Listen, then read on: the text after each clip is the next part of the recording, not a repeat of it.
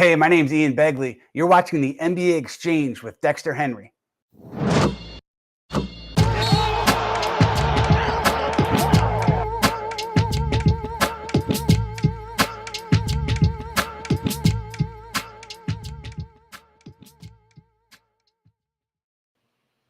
What's good, everybody? Happy Monday. Welcome to the NBA Exchange. I'm your host, Dexter Henry. Lot to talk about.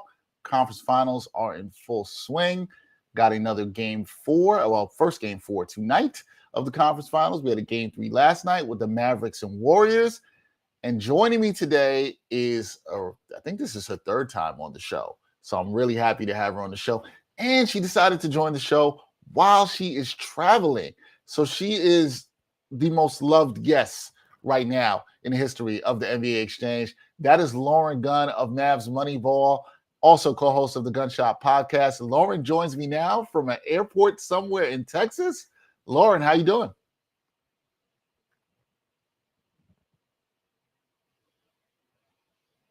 There's a bit of a delay with Lauren right now. Hey, thank you so much for having me. Yeah. Sorry about that. Yeah, I'm sure you can hear the Backstreet Boys in the background, but thank you so much for having me. It's good to be back. No, man, definitely glad to have you. I wish I had you talking under happier times, all things considered, but I'm going to start with some good times. I wanted to talk to you the previous week when the Mavs made the conference finals against the Suns. How shocked were you about what they did in Game 7 to the Suns? Because I was stunned, Lauren. I could not believe it. I did not think that they would do that. But how shocked are you with them just reaching the conference finals and beating the Suns the way they did in Game 7? Yeah, I mean, I was as shocked as anyone. I think there were I don't want to say a lot of Mavs fans had confidence because I don't think that that's necessarily fair.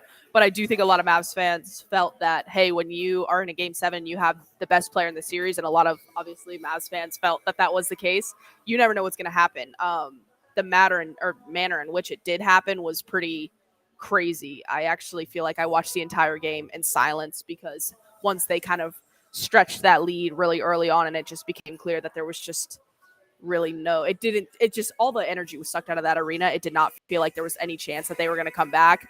I just watched the game in silence because I was so stunned. So it was an awesome win for them. And it really, obviously gives you a lot of momentum going into the next series. But as we're seeing that unfold right now, it seems like they're a little outmatched. So that's the way it goes. But it was good to see them wrap up that series in 7.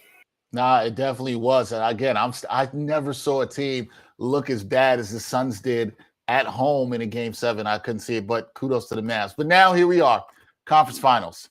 It has not gotten off the way you would have wanted it, Lauren. I know that Dallas is now down 3-0 after their Game 3 loss last night.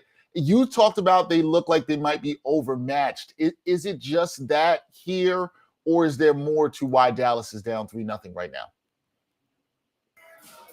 Personally, I'm not going to pretend like I know. There could always be something more to it. But personally, I think when I'm watching them, I think they're just outmatched. I think going into this series, I felt more confident going up against Golden State than I did Phoenix because Phoenix, coming off the Utah series, was another team that had a dominant 5-man in DeAndre Ayton. And then you also have Chris Paul, who's point guard, and then you have Devin Booker. So there's a lot to cover there.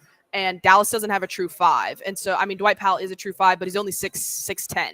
So that's very difficult. And he hasn't been getting a lot of minutes this year, really all playoffs. His role is very limited. And so going up against Golden State, our 2 best defenders are Dorian Finney-Smith and Reggie Bullock, who are perimeter defenders. So logically, you're like, okay, well, Dallas had the fourth best defense in the league this regular season. So you'll throw those guys on them and they should be okay. Steph is still going to get his. He's the greatest shooter of all time.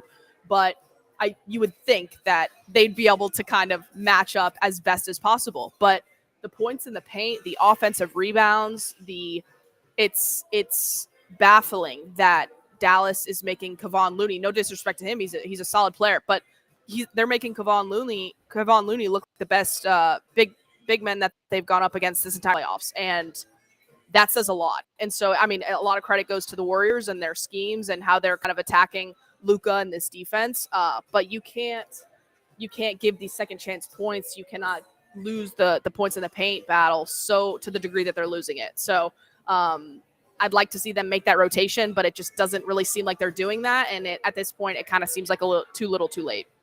Yeah, it might be too little too late as they're down 3-0. Now, after that loss last night at home, where I thought the Mavs might bounce back and win, Luka said that, look, he's still learning, saying he still has a lot to learn in terms of his development. And I know some people might look at this, Lauren, and say, well, Luka's been killing it. He's averaging 40 points, almost 8 boards, 5 assists a game.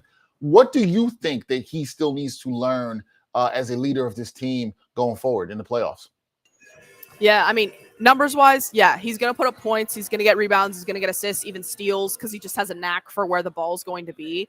But he can still do a lot of learning in terms of maintaining his composure, leadership.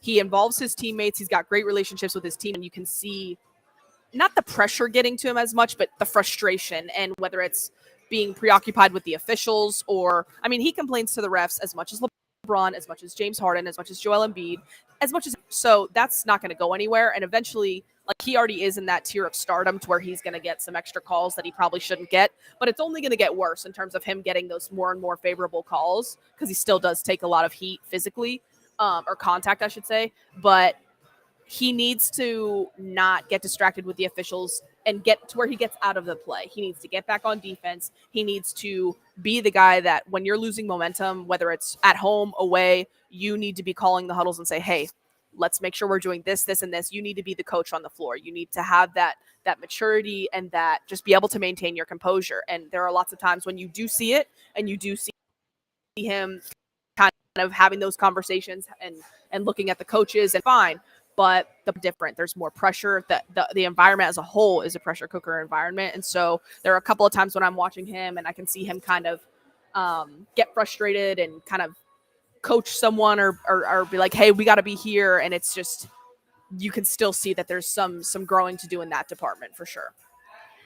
Yeah, you can definitely see that. And, you hope that he grows and evolves as he moves forward in his playoff career. Still got to remember, he's only 23 years old, and what he's accomplished to this point is absolutely tremendous. But when you look at this too, you talked about how the Warriors are sort of outclassing the Mavericks here. What also about the role players? Because what you've seen is the inconsistency from the role players, right? Dinwiddie has a big game last night, but, Brunson's maybe a little bit more silent. Finney Smith didn't really do much last night. He hit a couple threes. The inconsistency with the role players, has that been something that has frustrated Mavs fans? And is that something maybe it's just they got to learn how to deal with as they get into deeper rounds in the playoffs?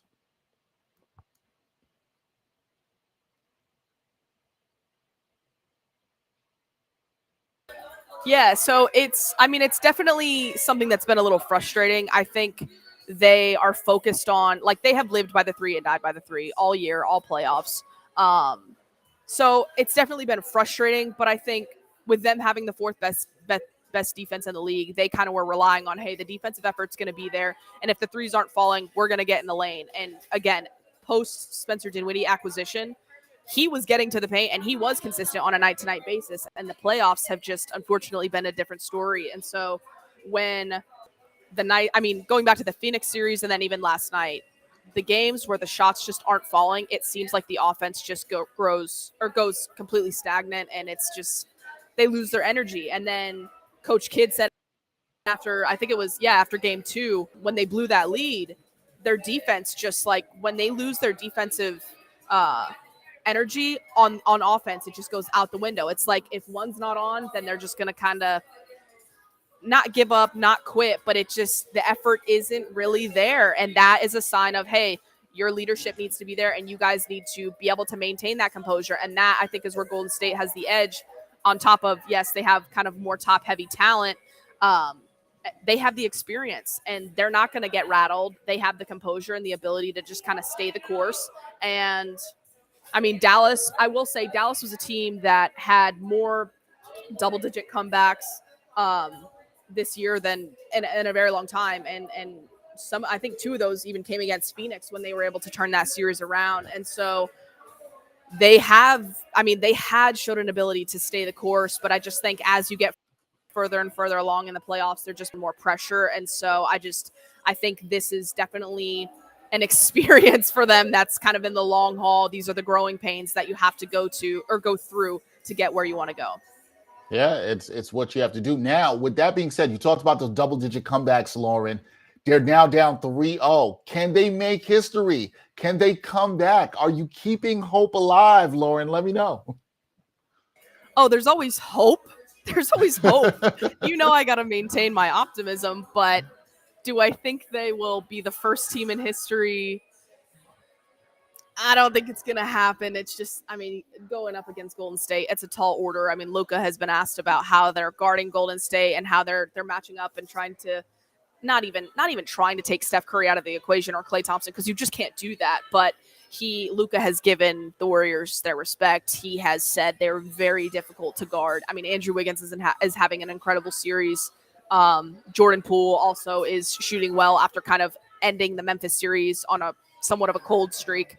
He's bounced back and he's been really solid for them. And Kevon Looney, again, having another really solid series. So unfortunately, I don't know that the Mavs are going to be able to pull it off, but I do think that they're very content with the season that they've had, and it's not over. So I hate speaking like it's over, but it is kind of over. So, so I'm just keeping it real. But I do think that where they're at, as far as bouncing back and what their roster could look like next year, in terms of Jalen Brunson, their first round draft pick, and using the MLE and maybe bringing in a center on a vet minimum deal, I think they're very content with where they're at. And I'm going to get the last two things. I'll get to that with you. But so with Luka, right, it looks like, I don't know if you want to keep this way, that they have a lot of role players around him, that it's worked well since they got rid of Porzingis. But how does this team get Luka some help? Does he need a co-star here? Is that Jalen Brunson? How does this team get Luka some offensive help, somebody that you can rely on consistently? Yeah, it's a great question. Well, God, how much time do you have? So let me try to just go through this as best as I can. So I think priority number one going into the offseason is retaining Jalen Brunson, and I do think that they will be able to do that. I think that they're going to offer him less than someone like potentially New York, definitely Detroit will, but I do think that they'll still be able to retain him. I saw an article this morning that apparently the Mavs are set to meet with Zach LaVine, which I think is interesting, but I think the offensive help that they need is going to be somebody that is 6'6" or taller, and that can get their own shot. That is what they need. Like what Andrew Wiggins is giving Golden State in terms of just having another guy that can slash and attack the paint to open things up for other guys. That's what they need. They absolutely need a true five. And fortunately, there are guys in their draft and their the range that they'll have their draft pick that are available. Christian Koloko is in there. Kamagate is in there. Walker Kessler probably go earlier. But again, lots of options there. And then you also have free agency. You've got the MLE. You've got the vet minimum to address that need for that true five. And fortunately, there are a lot of experienced bigs that have been in the league a long time that are going to be very affordable for Dallas to go get. So I have no doubt that they will be able to address the need for the true five.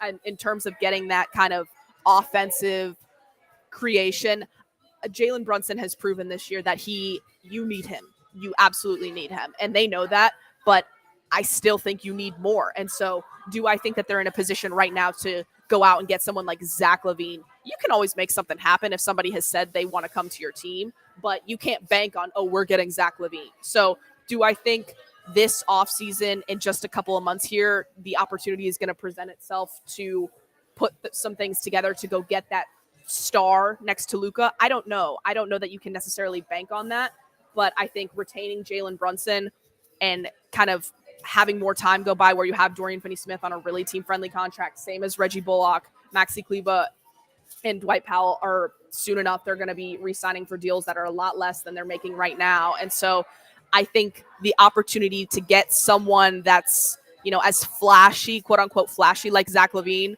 I think it's going to have to be a little further down the line, and it's going to have to involve someone like Jalen Brunson, Dorian Finney-Smith, Tim Hardaway Jr., or all three.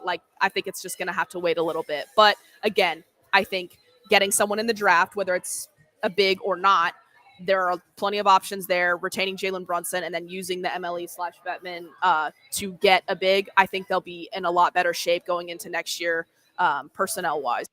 Yeah, I think they can. There's a lot they can do, and there's a lot you can be excited about. Last thing, Lauren, before I let you go, what do you think this season, particularly this playoff run, does for the Mavericks. Because when we talked, I don't know, it was a while back ago, you told me, he's like, hey, this team could make the Western Conference Finals. Lauren did say that on this show, and then they did that. What do you think it does for the team in the long run? Does it make it more attractive that players want to come here, as you were alluding to? Is this something the franchise can build upon? How do you see this season helping the Dallas Mavericks? Yeah, I mean, I definitely think it's something that they can build upon. A lot of people obviously giving the Mavericks grief in the past, saying another first-round exit. And it was kind of, you had questions about Luka. Well, I didn't. I know some people had questions about Luka and can he get you out of the first round? Is he enough? This and that, whatever. But for them not to just get out of the first round, but then upset Phoenix, a team that people were expecting to not just get to the Western Conference Finals, but the finals, to likely go back up against Milwaukee. I know a lot of people were eyeing that possibility. For them to upset that team when personnel-wise it did seem like they were outmatched, that was a huge deal. And so it doesn't just show that they're improving on previous years, but the fact that they were able to do that given the coaching changes, the front office changes, the Porzingis trade in the middle of the year, like they had to overcome a lot. So I think this year was just obviously incredibly successful, but also huge in terms of the growing pains and the things that you have to go through to get to where you want to go. And again, Luka's only 23. And when you're looking at this roster, like it does have some pretty significant holes in terms of the true five and the shot creation next to Luka. And so I think that they know where they need to improve. And to me, there are clear paths to go do that. Whereas before it was kind of like after the Porzingis trade, well, a lot of people felt like, well, I guess we're punting on the season because we don't have a big man now. And now we're in the Western Conference Finals. So to me, that speaks on what Luka can do. Since Luka has been here, he's gotten guys paid. He's gotten he's about to get Jalen Brunson paid. And not to take away from any of these guys' games, but he opens things up for Jalen Brunson. He opened things up for Dorian Finney-Smith. He's opened things up for Tim Hardaway Jr. Like the dude gets guys paid. Same with Reggie Bullock. We needed him. So we went out and made it a priority to get him with last year's MLE. So I do think people are going to want to come play with Luka because, yes, he is that good and he's going to get you in your spots, but he's also going to get you paid. And so the fact that he's made it to the Western Conference Finals, people are having to watch the Mavs that didn't normally watch the Mavs because nobody's expecting them to win anything. Because, again, you don't have the true five, so which is understandable. I get that. So for them to kind of put themselves in a position where people have to watch, I think it does a lot in terms of potential future acquisitions. Yeah, I think it does. I'm absolutely excited about the future for the Mavericks. I know you are. Huge thanks to you for joining me while you were en route traveling. I appreciate you so much. I know you're coming up this way, so hopefully I get to see you later this week. That would be nice if we could catch up. But that is Lauren Gunn of Mavs Moneyball, also co-host of the Gunshot podcast. Lauren, thanks for joining me. Appreciate you. Yes, thank you so much for having me. No problem. Once again, check out Lauren's work. We are going to take a really quick break. When we come back, I'm going to talk about tonight's Celtics Heat Game 4. Big one in Boston. Heat lead this one 2-1. We are going to talk about that when we come back, how you should bet that. Try to help y'all win some money on the NBA Exchange. Are you looking for a better way to play player props or daily fantasy sports? Well, look no further than Prize Picks. Prize Picks is the leading over-under daily fantasy game. Why? Because it's so easy to use and win. You can make your picks in under 30 seconds and win up to 10 times your money in one day. Right now, we have a special offer for our viewers and listeners of the NBA Exchange. All you got to do is sign up now and use the promo code NBAEX. Prize Picks will match your first deposit up to $100. Yep, that's right. They'll match your first deposit up to $100. So join the over 150,000 others who found a better way to play and download the Prize Picks app today.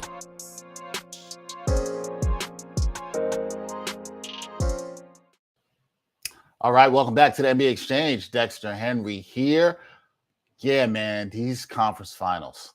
I don't know about you guys, but if you've been trying to bet on these conference finals or the NBA playoffs in general, and we talked about this with Kenny Ducey weeks ago before the playoffs started, man, it's been really up and down. Like sometimes I think I have a series figured out. Like I think I know which way it's going to go. And then, nope, I don't know anything about that. You think you got an idea of flow of how things are going to go, and you could also see how quick things are changing in games. You saw the Mavericks deal with this on Saturday night where they were up big, 15, 16 points. Looks like they're going to win, and Warriors come back. Lauren talked about that, how they never panic. You're seeing a lot of differences in these teams and how the margins are so thin in these games and how experience can matter sometimes. And we've got a big game 4 tonight in Boston. Got to give credit to the Miami Heat. My boy Brian Fonseca is going to be excited about this. Got to give credit to Miami Heat. Game 3, they lose Jimmy Butler. Okay. Bam Adebayo, who has done nothing, absolutely pretty much nothing, pretty much since the middle of the last round, has been not good offensively, comes through. 31 and 10. Shows up. And this in a game where they lose Jimmy Butler to an injury. He's out. And I'm worried about how the Heat are going to get this done. But kudos to Bam Adebayo. He showed up. Jimmy Butler expected to play tonight. Tyler Hero, though, will be out. Of note for the guys betting out there. Tyler Hero will be out. Now we look at this game, this huge game 4. It's obviously a must-win for the Boston Celtics, down 2-1 at home. Did not have a good game from Jason Tatum. He struggled the other night. PJ Tucker did a tremendous job on him in game 3. Now Jaylen Brown stepped up. He had a 40-piece, but nothing from Tatum. They're going to need more from him tonight. We'll see if Robert Williams is able to play. Al Horford had another good game for the Celtics in game 3. But the Celtics did not look as cohesive as they did in game 2 and for a stretch in game 1. And the Celtics really had to be kicking themselves because they know with the game 1 loss, they could easily be up 2-1 in this series. Again, this is what I'm talking about in the playoffs. The margins are that thin. Now, tonight's game, the Celtics, they are 6-point favorites. The Heat, if you like them with the money line, plus 220, really good odds there and good value there if you want to take the Heat. And I think this is what it comes down to is, do you believe the Heat are going to be infused with Jimmy Butler returning to the lineup? Do you believe it means something on the road with them losing their 6th man of the year in Tyler Hero? Or do you think the Celtics bounce back? I'm inclined to think the Celtics bounce back here at home. I think Jason Tatum responds with a big game. He needs to get back to more of what he was doing in the first couple of games. He was attacking the rim well. That opened up things for him. Then he was able to do a lot in terms of the playmaking. I think we see that from Jason Tatum. Now, who comes along with him at home? I also think you see a bounce-back game from Marcus Smart. I just think the Celtics bounce back at home. I think I said that I like this series to go long in the first place. I like this series to go 7. I picked the Celtics in 7. I still am sticking with that pick. But I think the Celtics bounce back here, and I think that you can get yourself a nice, as we love it, swing game 5 down in Miami. 2 out of 3. Who's going to win this? Whole thing that you like after a game 4 like this. I love this game in the playoffs. I love when it's 2-1, teams back as against the ropes as the Celtics are here at home, must win. Now let's see if we can make it the best 2 out of 3. But I like the Celtics here, and I like the line here. -6 for the Celtics. I think the Celtics find a way. I like them to cover. I've been staying away from betting some of these lines recently in the conference finals. Been shaky, but who knows? I've said things are very unpredictable. Who knows? I don't know. You never know anymore. But I do think the Celtics find a way to get this done. Now, in terms of some player props, is what you saw from Bam Adebayo real?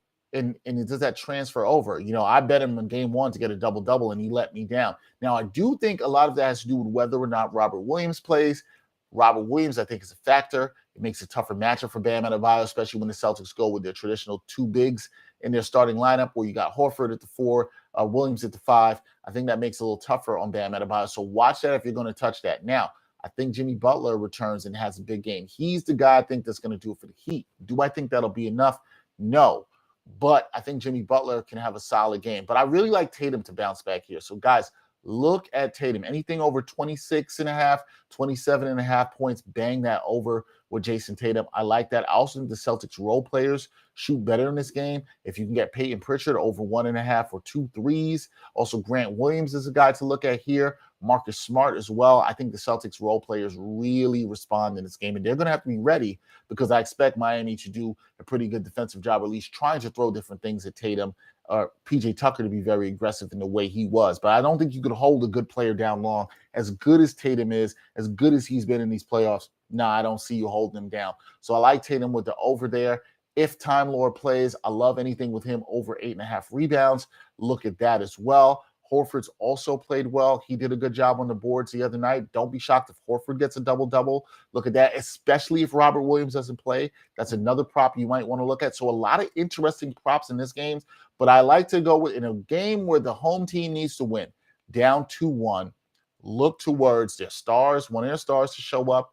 Also good value in Jaylen Brown. You might see him around 23.5 points. No, he had a 40-piece the other night, but look for him there. He could have really good value there as well, too. So see if you can check that out. His number's been around that. I think that's a good place to go. Over-under has been very unpredictable in the series. I would stay away from that. I would not touch that in terms of that. But if you really like the Celtics like I do, bang them with the spread. Look at Tatum. Look at the role players. As I said, again, keep your eye on that and what they can do. Role players generally come up huge in games like this. Couple threes here and there. A Peyton Pritchard who shot the ball well pretty much since the end of the last series against the Bucks into this series. Look at him. So I like the Celtics to win tonight. I think they get it done up in Beantown. I think this is 2-2 going back to Miami for Game 5. And hopefully we're able to talk about some Miami Heat basketball later in the week. That will do it for this edition of the NBA Exchange. Wednesday, coming, we got another NBA with nuance. My man Gerard Hector will join me. We'll be talking about a lot of this. Will it be over for the Mavs in their series against the Warriors? I think it's pretty much a wrap for them. You even heard Lauren Gunn say that. I think it's pretty much over for them there. The Warriors, they're going to be motivated to sweep, guys. They want to get the rest while Boston and Miami battle it out. They're an older team. They can use the rest, but you're seeing that championship medal come through right now with the Warriors, and we'll see how that plays out, how this series plays out with the Heat and Celtics, which I think is a fantastic series. So interesting times. Disappointing that the Western Conference Finals probably will not go as long as some may have thought it would have, but we do still have these Eastern Conference Finals that I think will be at least a 6-game series, if not 7, and that is very exciting. We'll be back, as I said, on Wednesday. Gerard Hector will be joining me. More great stuff coming through the end of the week. We are approaching closer. We get to Memorial Day weekend and into early start of June. Temperatures are heating up. Finals are almost here. Next month, we'll be talking about stuff around the NBA draft, looking at previews towards that. So still a lot to talk about on the NBA Exchange. I'm so excited to do it with you guys. Thank you for joining me once again. Special shout out to our guest today, Lauren Gunn. She did her thing joining us from the airport. We totally appreciate her on that. Thank you guys for continuing to view and support us in all we do. Remember to check out that promo code with our partners from Prize Picks. Hit that promo code NBAEX, and Prize Picks will match your first deposit up to $100. Definitely check that out if y'all want to win some money. I'm Dexter Henry. I will be back on Wednesday with y'all on NBA Exchange. Until next time, y'all. Peace.